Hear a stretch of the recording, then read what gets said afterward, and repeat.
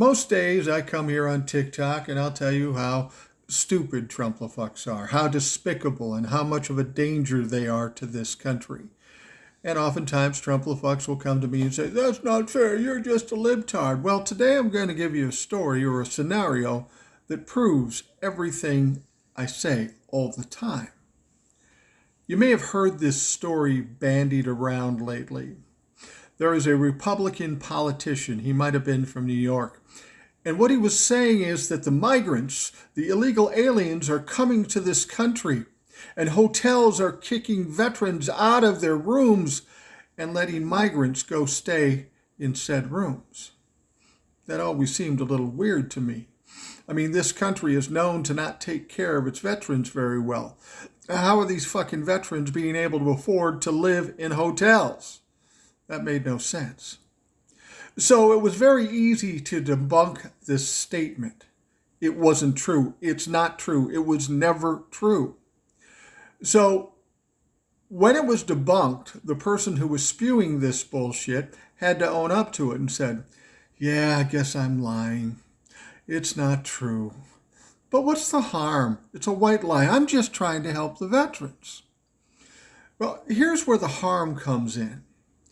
You see, as you tell this story, now there's a bunch of dumb Trumplafucks that will believe anything that comes out of anybody's fucking mouth as long as it pushes along their agenda.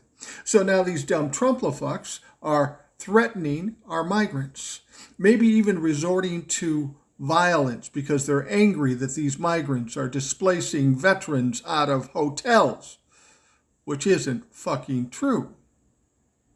Well, that's pretty despicable. But again, this guy says, "Listen, I'm sorry.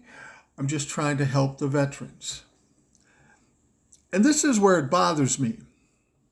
We know Kevin McCarthy and the Republicans in the House of Representatives are holding this country hostage.